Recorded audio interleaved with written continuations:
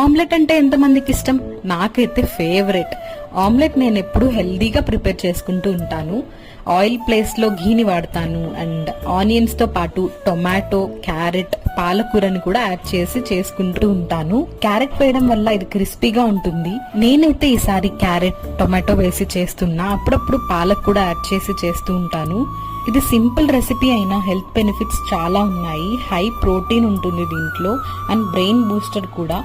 Ice కి, heart కి చాలా మంచిది. ఫుల్ గా ఉంచుతుంది బాడీని అండ్ వెయిట్ లాస్ కి కూడా హెల్ప్ చేస్తుంది. ఫ్యాట్ లాస్ కి అండ్ మెటబాలిజం కూడా చాలా ఇంప్రూవ్ చేస్తుంది.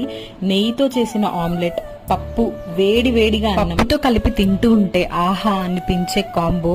ఇదే అసలైన home food. Simple, healthy and tasty.